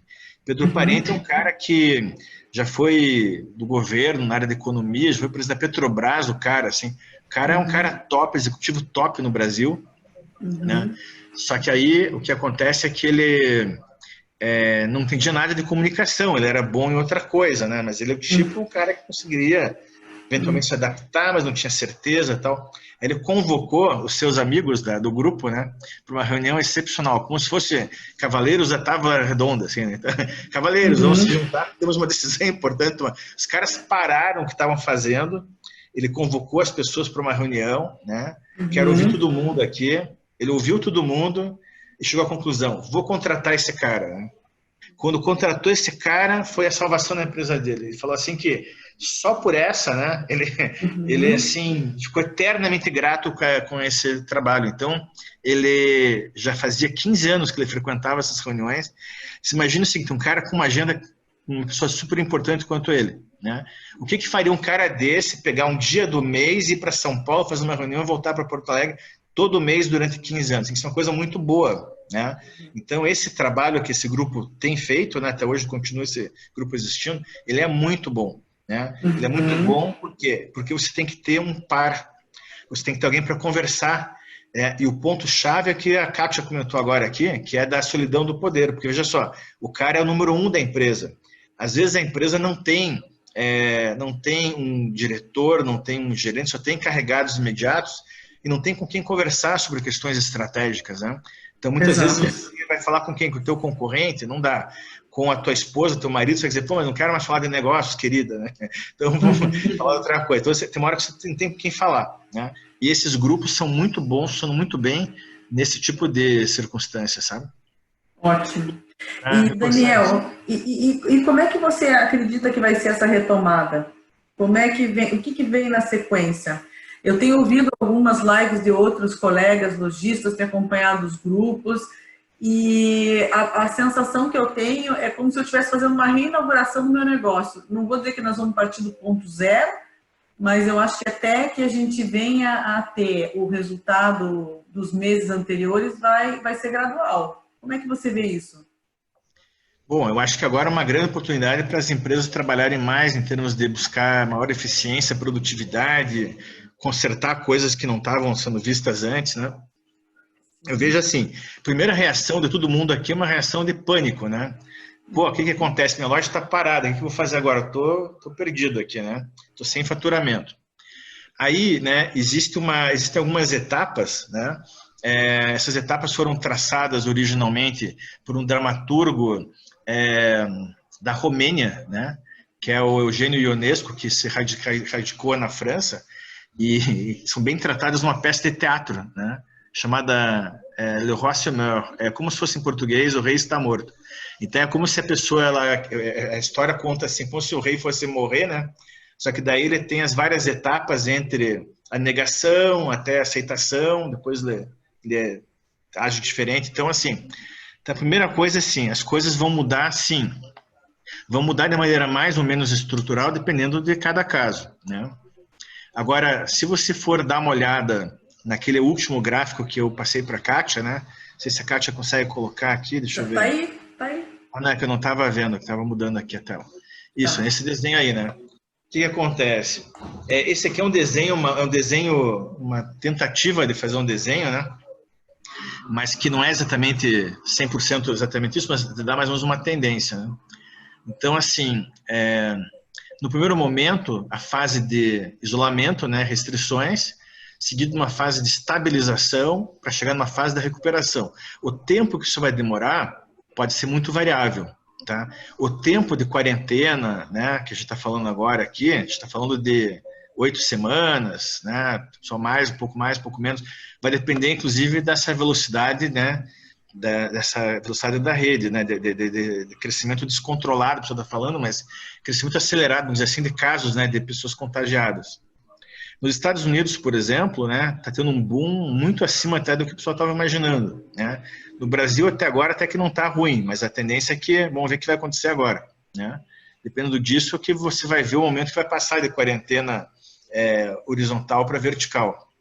Agora, no primeiro momento, né, são alguns esforços do governo, né, o aumento da internet a domicílio, né. Agora, viagem, por exemplo, né, só fala ali, ó, viagens a mais para quando for de primeira necessidade, né. Turismo doméstico, olha o desenho ali, ó. Estão prevendo ali lá por agosto, pode voltar a ter. Então, quer dizer, primeiro semestre, para alguns setores aí, né, vai estar difícil de recuperar. Por exemplo, eventos corporativos, né, colocando para novembro. Então, no nosso ramo aqui, por exemplo, de franquia, só jogou para setembro, né? Setembro, outubro. Aqui, final de setembro, começo de outubro, a feira nossa anual, que é de junho, a feira da BF, ela está lá para final de setembro, começo de outubro. Então, estão achando que vai demorar mesmo um prazo, né? Até as pessoas voltarem a se encontrar fisicamente em maior escala, né? E turismo internacional também, só para o final do ano, assim.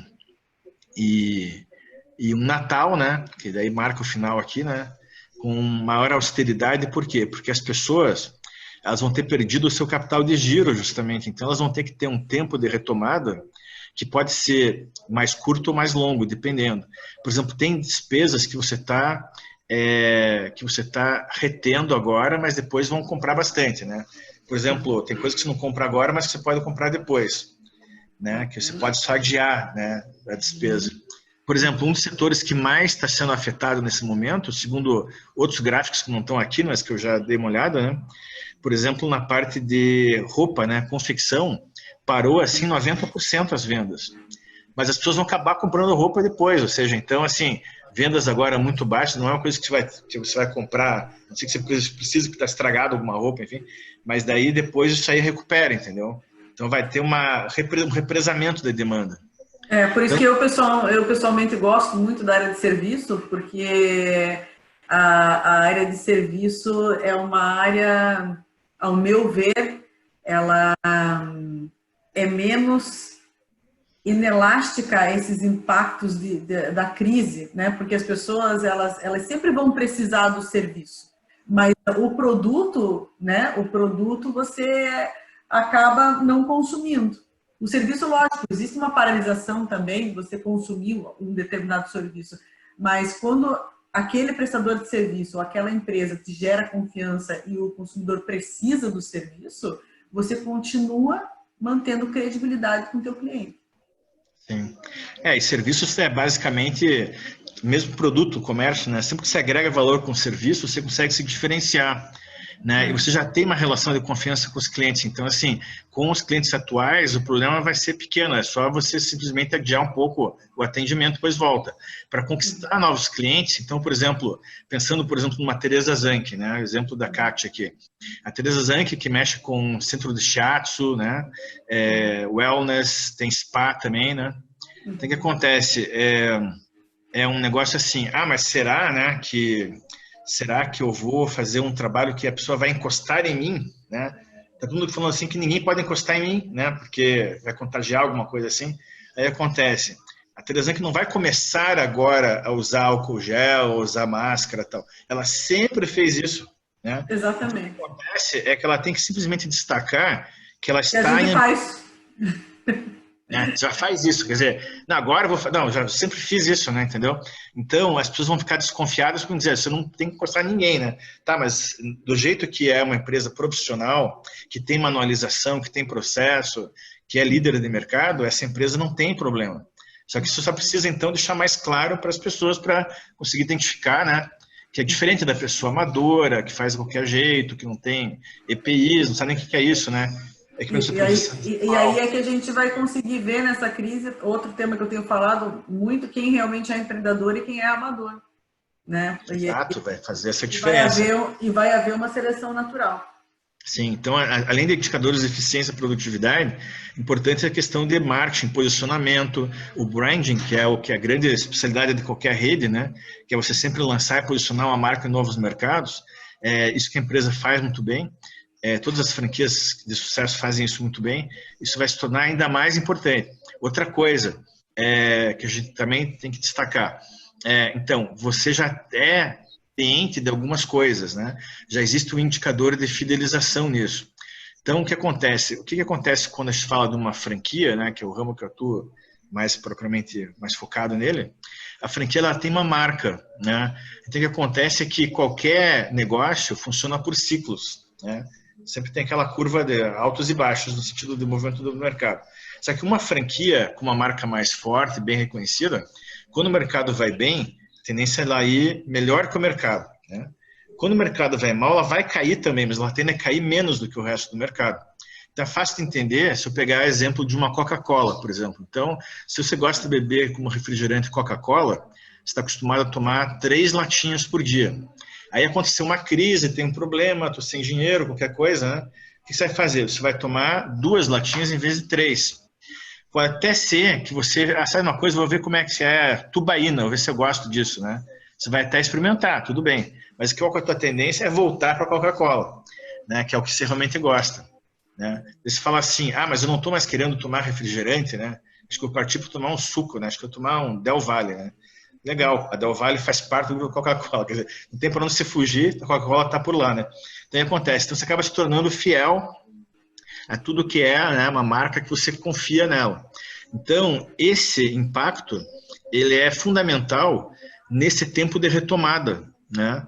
Ou seja, essa velocidade da retomada, ela tem a ver também com esse nível de fidelização, no sentido que a pessoa ela vai estar agora represando um pouco a demanda, né? Mas ela vai tender a retomar isso, uma velocidade maior ou menor, dependendo exatamente do setor da atividade, né? Quanto mais forte for a importância de uma marca, mais ele vai continuar a trabalhar com você. E que ideias polêmicas ou equivocadas que você vê que nesse momento estão sendo debatidas? Porque a gente vê um monte de fake news.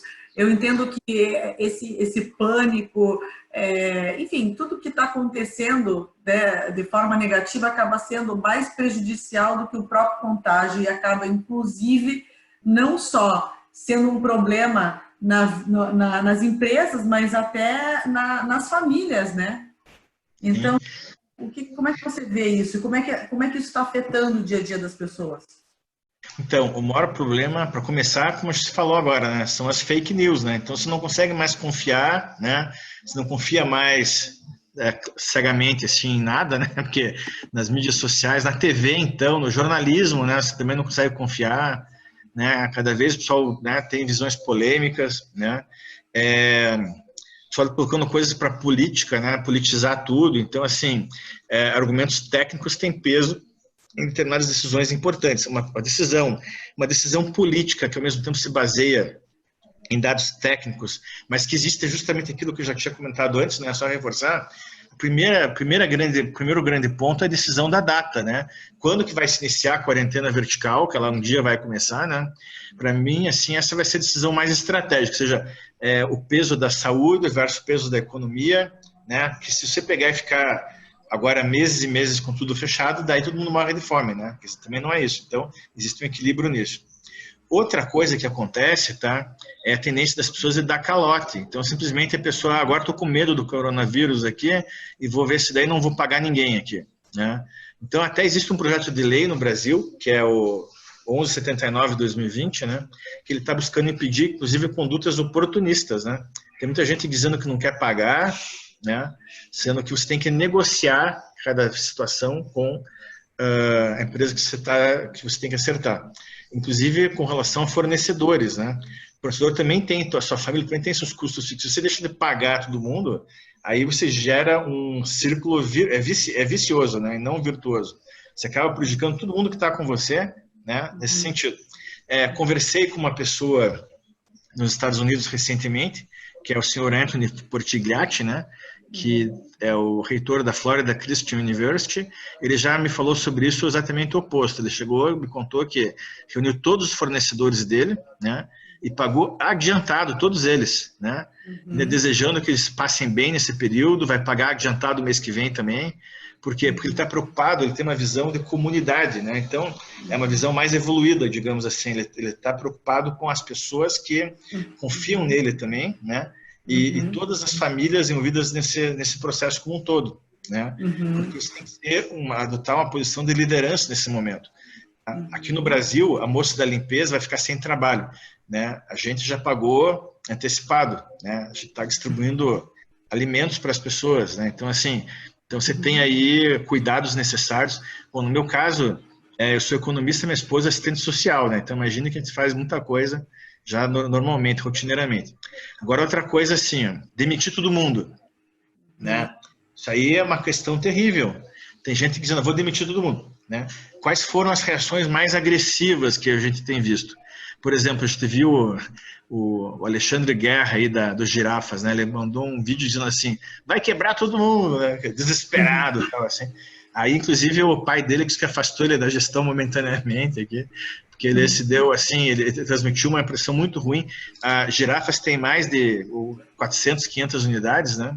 E ele não sabia o que fazer e gravou um vídeo, né? Madeiro, primeiro gravou dizendo que ia manter os empregos, depois agora demitiu 600 pessoas. Ele fala que foi a decisão mais difícil da vida dele, ele está realmente, né, batido com isso, mas ao mesmo tempo, veja, ele demitiu pessoas que estavam há menos de 3 meses trabalhando na empresa, né, e demitiu a equipe de expansão, que na realidade agora ele vai querer expandir menos do que ele estava prevendo, né?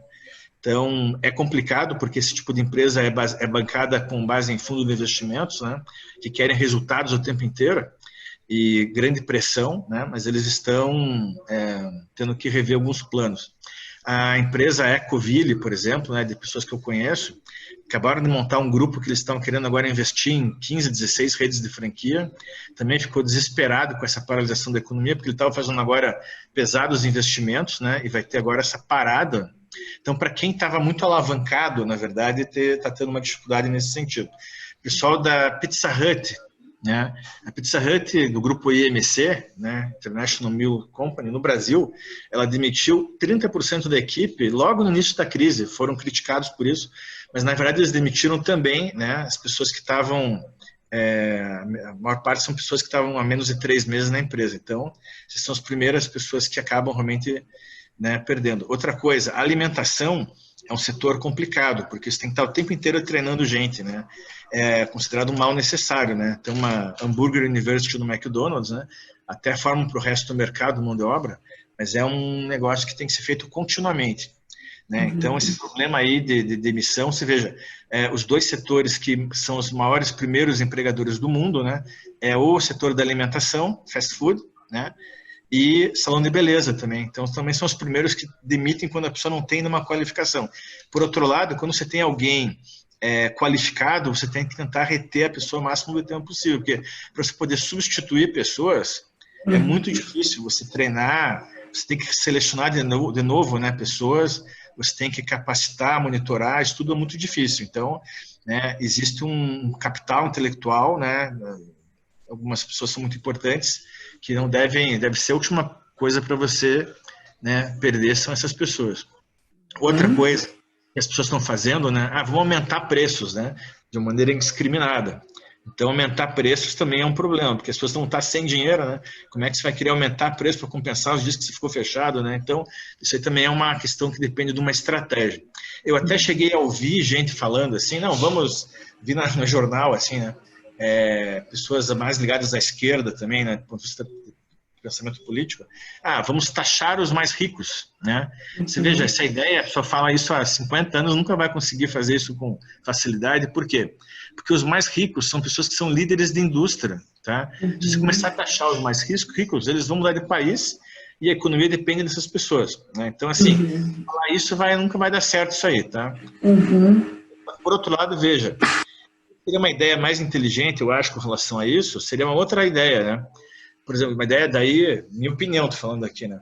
Que as pessoas mais ricas em qualquer país tivessem que investir no mínimo de 1 a 4% do seu patrimônio em negócios com importância social, como fundações, ONGs e OCIPs, isso, a meu ver, seria uma boa ideia, porque não é um imposto que eles vão simplesmente tirar, né, a riqueza da pessoa, mas sim investir em coisas que podem até ter um resultado econômico, né, mas que tem que ter um resultado social.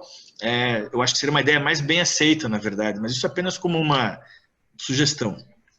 E outra coisa que eu acho interessante, que também é uma coisa que é uma ideia errônea, né?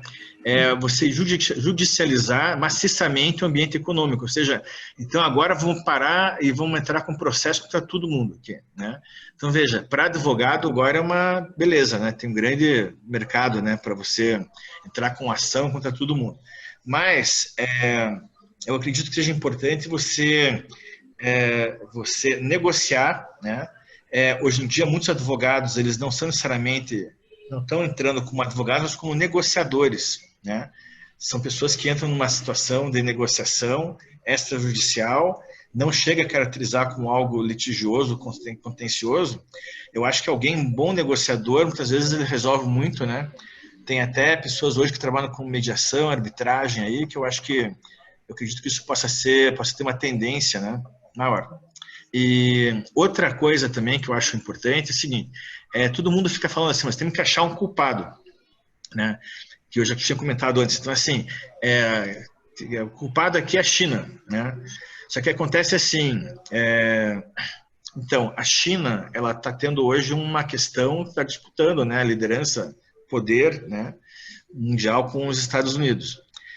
O líder, né, da China, o Xi Jinping, né, ele está adotando uma posição um pouco dúbia nessa disputa da liderança global e está sendo chamado, o que ele está fazendo, não tem um nome para isso, né, se chama diplomacia da máscara.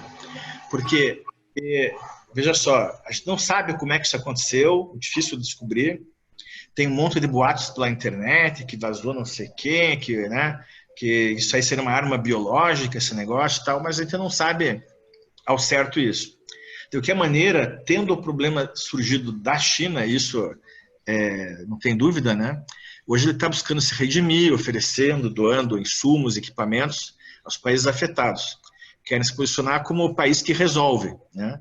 Então, tudo bem. Mas aí, veja, é uma situação polêmica, porque ao mesmo tempo parece que ele, né? As pessoas estão duvidando, né? Como é que surgiu esse negócio da China? Foi para o mundo inteiro, morreram pessoas na China, mas lá eles já acharam um jeito de resolver, outros países não estão. Então, assim, hoje em dia é uma grande incógnita, as pessoas não sabem, né, sobre esse assunto. Então, assim, e isso é uma questão de política internacional, né? Não é a gente que vai achar que é a China ou não é a China, mas, assim, dado que o problema existe, nós temos que reagir a ele, nós não temos como solucionar. Exatamente.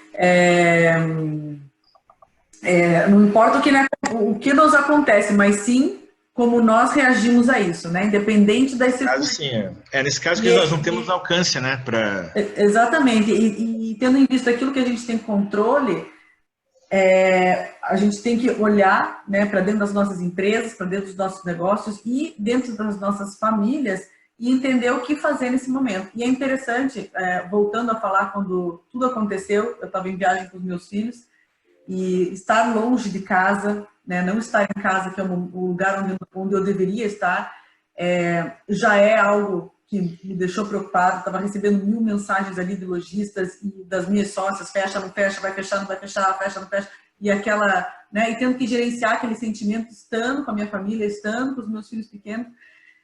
Mas olha, eu nunca senti, ao mesmo tempo, a minha sanidade tão testada, né? Mas também eu estar no controle e tomando as ações, principalmente com relação à minha família, de uma forma assertiva, porque eu sabia que nada do que eu fizesse naquele momento ia fazer diferença.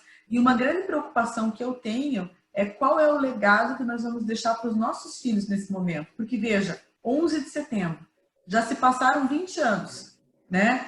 E as pessoas mudaram seus comportamentos, inclusive procedimentos são adotados até hoje por conta do 11 de setembro, que foi um forte impacto emocional na vida de todo mundo.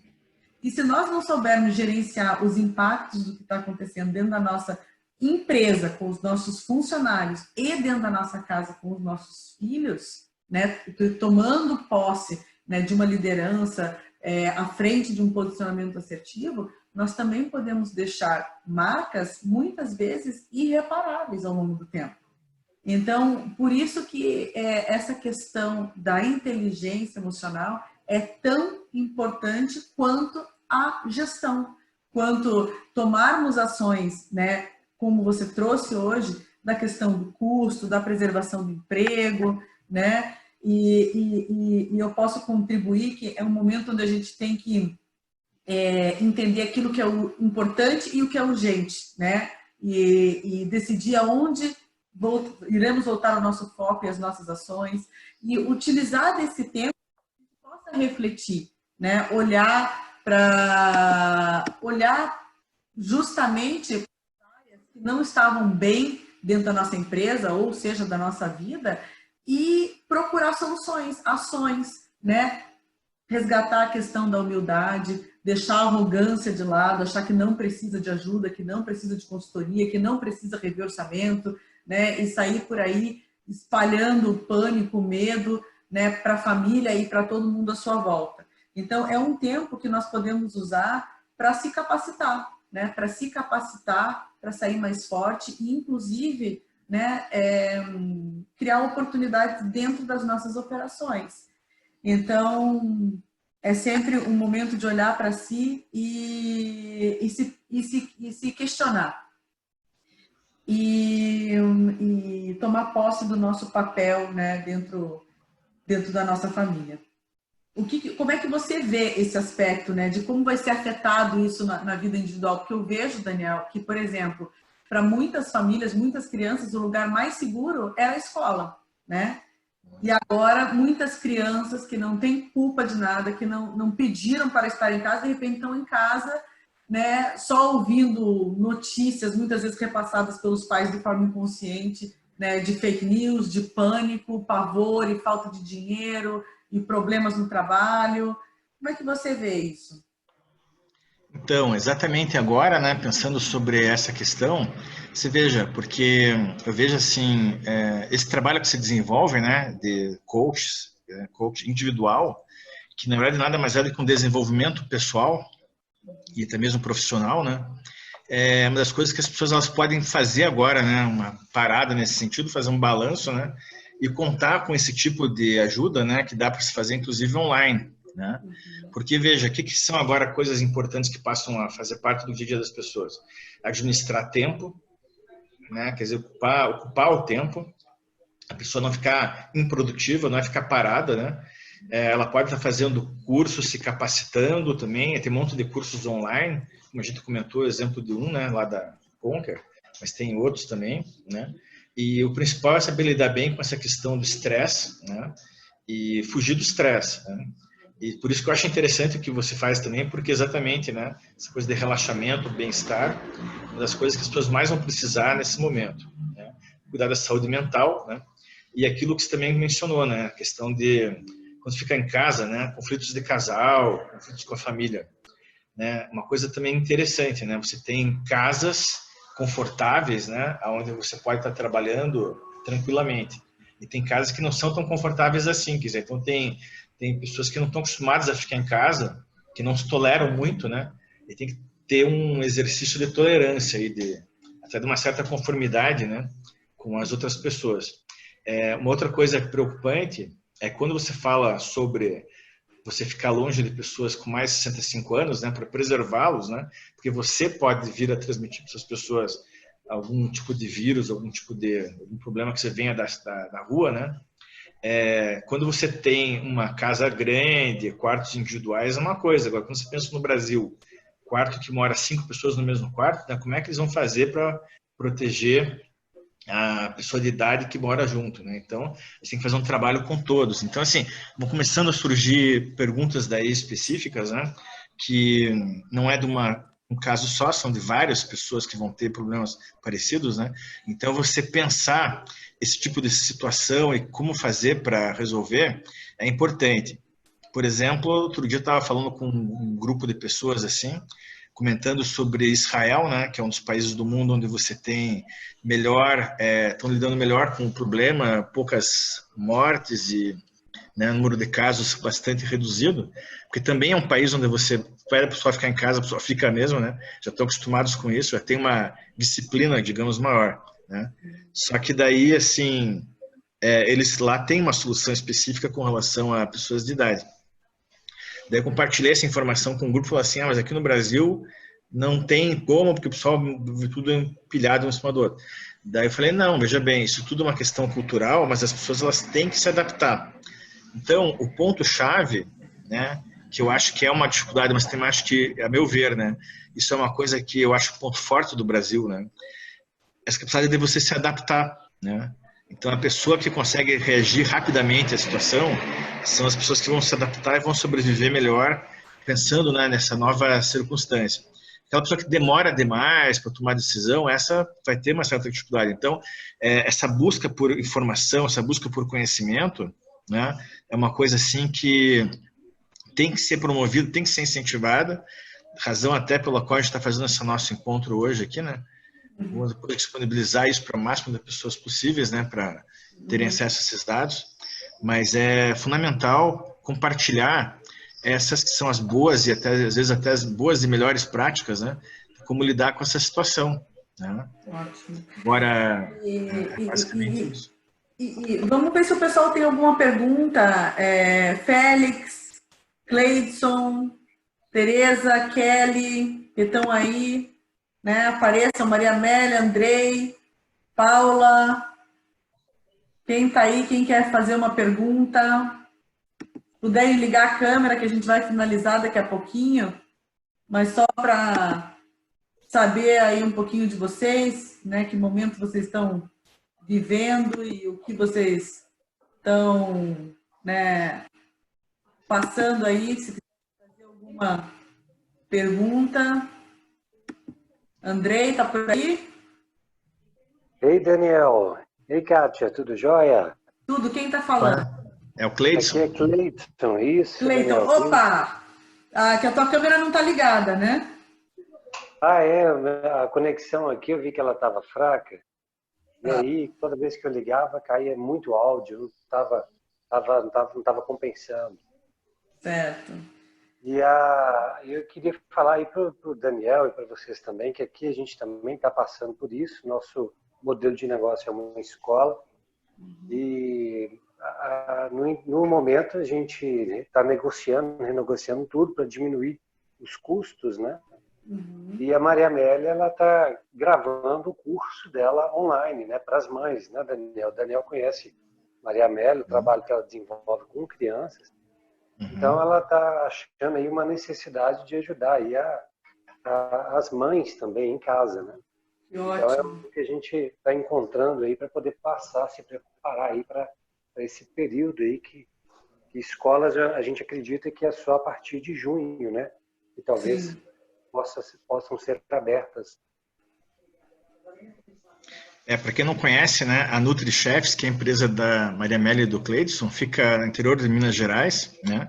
E o que eles têm é uma metodologia que ensina as crianças a se alimentar direito, ou seja, aquela criança que não quer comer, né, que faz birra, não gosta de comer uma coisa, né? Aí elas conseguem acertar, né?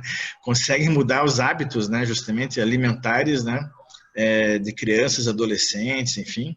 E nós formatamos o sistema de franquia dessa empresa, uma franqueadora hoje. E a Maria Amélia, ela é nutricionista, né? E ela tem, inclusive, ela além de tudo é poetisa ainda por cima. Então ela tem obras escritas também. E ela faz trabalhos, né, na própria instituição, ela vai nas escolas também. E tem um trabalho fundamental, né? Que tem a ver com, né, a criança, às vezes ela tem uma dificuldade de comer alguma coisa, porque alguma vez ela pode não ter gostado, e ela tem uma forma lúdica, né, de fazer com que as crianças experimentem mais alimentos, né, e portanto se alimentem melhor. Então é uma metodologia muito interessante e o objetivo é compartilhar isso no Brasil, no mundo inteiro. E então o que ela tem, né, ela tem um trabalho que tem até, a meu ver, uma importância até social nesse sentido, né, e o objetivo é compartilhar isso com mais lugares. mesmo que então, mesmo que as escolas estejam hoje paradas, e eu estou pensando até notícias recentes de escolas públicas, né? Você sabe que um assunto interessante sobre isso que a gente falou agora é que você sabe que sem as aulas, né, as famílias estão ficando em casa e está aumentando as despesas, porque antigamente, antes, né, as crianças, quando iam na escola, tinham a refeição, né? A escola servia alimentos. E agora não. Então, eu estava vendo aí que algumas escolas elas estão permitindo que os pais venham até a escola só para pegar o lanche e levar para casa.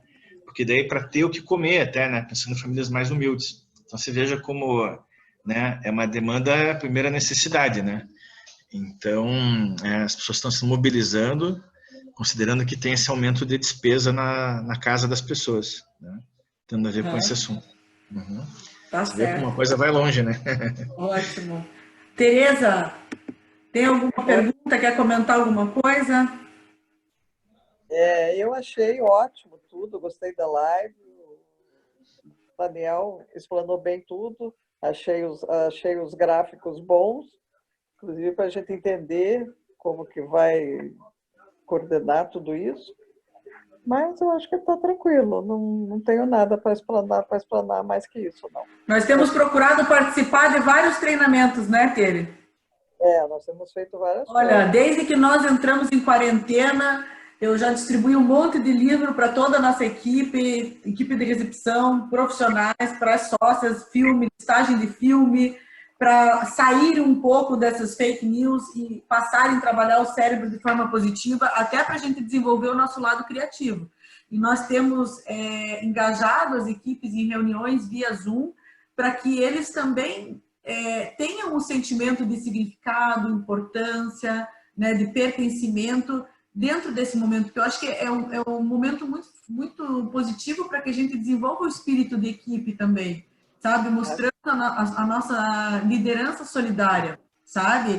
E as pessoas, independente de estarem trabalhando ou não, quando elas se sentem pertencentes, importantes e com significado dentro da organização, elas vão para a retomada muito mais engajadas, sabe? E acelerar o processo, porque elas entendem que elas fazem parte daquilo.